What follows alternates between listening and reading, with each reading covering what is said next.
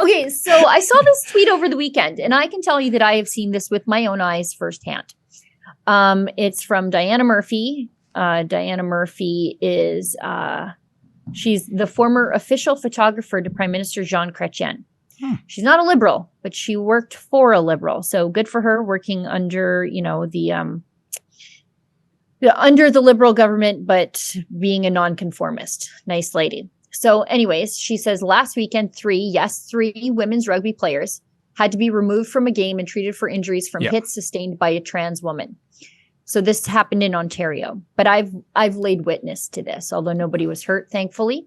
In fact, the male player imploded like a controlled implosion of a building when hit by a very talented young lady. And a lesson was learned that day, I think. Anyways, the referee, after repeated dangerous tackles, had to remove the trans player from the game. World Rugby, and this is true, has clearly outlined for a number of scientific reasons they're not allowing it. Why is Ontario? Why is Canada? If I were a woman playing rugby, I think I would protest by not lacing up. Trans women have no place in women's rugby or any women's sports. And I know there are a lot of coaches who have said they will not field their team. They will bench their team out of safety for the players. And that's the thing. A head injury is not just a career-ending injury, but a life-altering injury for these women and girls. And let's keep going. She says it's not a gender or a sexuality issue. It's a scientific one that the presence of testosterone creates an unfair playing advantage. And due to the physical contact of rugby, this is a safety issue. You know what they wear for equipment in rugby outside of cleats? A mouth guard. That's it. Yep. All three players were injured as a result of being dump tackled. So that's picking up and then dumping. Now, there are a few women who can do that. You got to hit them going full speed and you got to grab them low. But it also helps if you're a lot bigger because you've got to pick up the full weight of the person and dump them instead of using your momentum to just drive through them. Now, they said they were dumped on their heads. I don't know if that's the case, picked up and dumped on their heads to inflict harm. I think you just pick up someone and dump them on the hard dirt and there's harm to be had there. But that's the nature of rugby. And it's different when it's happening woman on woman or girl on girl, right? Now, this is the crazy part. This is the trans woman this string is about. Yep. That guy looks like he could be the ref. Anyway, it was a game in the Niagara Rugby Union, Stony Creek versus Fergus Highlanders. So, which team is he on, Sheila? I can't read it. I'm trying to read. I can't see. But whatever team he's playing for, whatever team he's playing for, he's cheating. The whole team is cheating. Well, you field a man on your team against women, you're a cheater. You guys are cheating. What a disgrace. Sheila, I'm going to find out when the next game is with the team he's on, whichever it's in the Ottawa region, it sounds like. I don't care where he is. And it's a he for all you people going, oh, he misgendered him. That's clearly a man. Look at that. That's male pattern baldness. Male pattern baldness, no breasts. Look at this. No. Sheila, this is a disgrace. When I saw this myself with my own eyes, similarly, absolutely, look at the guy's arms and his legs. Yeah. Absolutely no effort was made to even pretend to be a girl. Absolutely none. Just like those creeps staying at women's shelters, okay? Yeah. They're clearly male. They just say, I'm a woman, Bob's your uncle. I'm going to find out where this son of a bitch is playing rugby, and I want to scrum him and scrum his teammates and the opposition and the coaches. And I again, it's not just testosterone, Sheila. Look at the differential when it comes to muscle mass, male versus female, cardiovascular, okay, male versus female. This is inherently unfair. And where is the feminist movement? They're sitting this one out. They don't want to be, labeled as transphobic. And the other team, that coach, I'm blaming it on him or the manager. They should have removed the team because having a clear biological male, and the proof is in the pudding, 3 women needing medical treatment thanks to this bully. Why not allow a player to run around the field? Oh, I don't know, Sheila, carrying a broadsword or a switchblade. Why not that? Why not just put on full equipment and play against the ones who aren't playing with equipment? Why not do that? This is a clear imbalance in skill, speed, cardiovascular health, strength. All you have to do, and don't get me wrong, I love ladies rugby. It is, I think, one of the most exciting up-and-coming female sports in the world. You just have to look what happened with the World Cup with New Zealand. They filled a stadium. The women filled a stadium of 60,000 people. It's accessible. It's not expensive of a sport to get into, unless you're buying flights like I am all the time. But it's an accessible sport because all you need is a mouth guard and cleats. And all you have to do, though, to see the difference is to look at the highest level of female rugby. Look at the Black Ferns play in New Zealand versus the All Blacks men. And it's startling how much difference there is. Now, the ladies, they're incredibly strong. They're incredibly fit. These are female athletes who are at the height of their game, but they cannot compete against the men. And this fake female athlete, I can't even believe I'm saying that. Look at his quads. He knows it.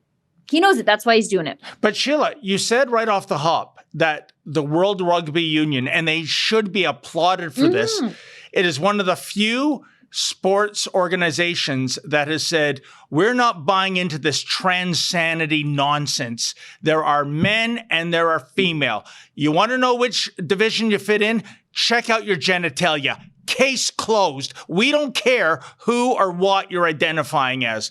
So I don't know how rugby works around the world. Is this a non-sanctioned game? Because they're going against the very rules of the world governing authority for rugby, Sheila. So I'm making assumptions here. And again, we haven't, before we go any further, this is what we've seen online. We haven't been able to fact check. So maybe this is what we do next, David, is you reach out to both of these teams and say, like, do you have a biological male playing on the team? What are the rules around biological males playing on the team? Was this a contact game? Like, I think, because we do have co-ed leagues here in Alberta, but it's touch. It's not full contact.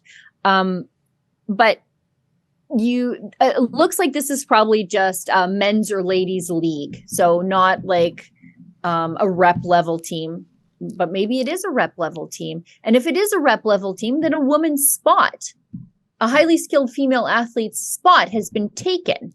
Because this is the club level. You just sign up, you play club, everybody has fun, you drink beers afterwards. It's great.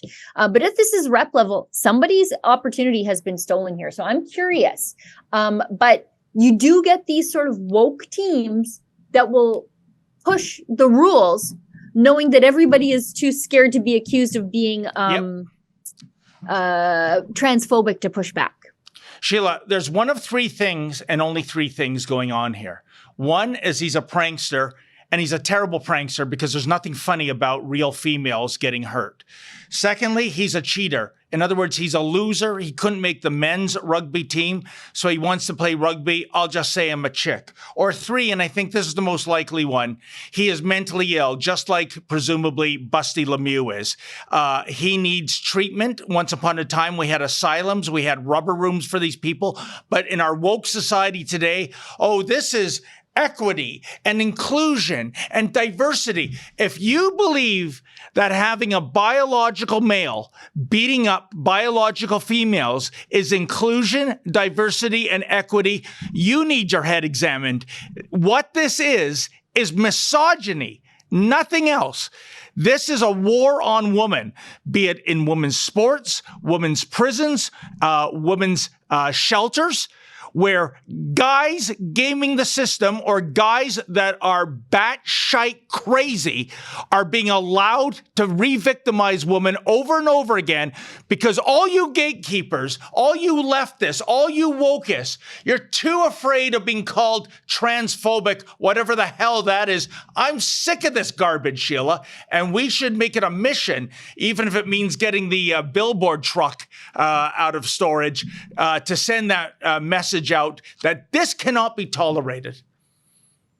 Or there's a fourth option. This was touch and we've been sorely misled, but it doesn't change our outrage because we know this is happening in other female sports all around the world, swimming, like MMA fighting. Like, Yeah.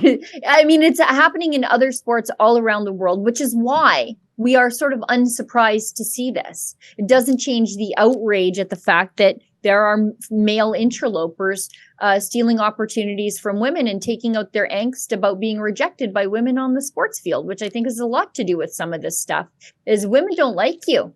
So wouldn't it be great if you could just go on the sports field and hit them for it?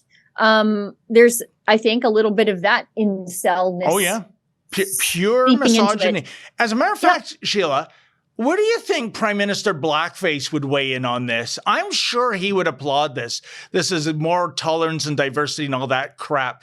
Because he's the one that allowed the floodgates to open with women's prisoners, that is, cohabitating with male prisoners who identify as female. Oh, and by the way, folks, read the fine print about the inclusion, equity, diversity. If a female is convicted and has to serve time, and she says, oh, guess what, Corrections Canada, I identify as male, I want to go to Millhaven, please accommodate me. The answer is a hard no. Why? Because the guards don't want to be on alert 24/7 preventing that woman from being gang raped. So that when the reality hits the road, Sheila, suddenly all that equity and tolerance and all that other woke bullshit go out the window. Suddenly it becomes a practical issue, and that kind of insanity will not be accommodated. How shameful. Yeah, they're going to equity and tolerance our mothers, daughters, and sisters right into a bunch of wheelchairs or an early grave. Hey, folks, that was a clip from the Daily Roundup. That is our live stream show that airs from 1 to 2 p.m. Eastern Standard Time, Monday to Friday. I'm usually here for 4 of the shows. Our Alberta team takes over on Fridays. And you know what? You can interact with the hosts. If you give us a small financial donation, we'll read your comment during the live stream. So please go to revelnews.com/livestream and tune in Monday to Friday at 1 p.m. Eastern.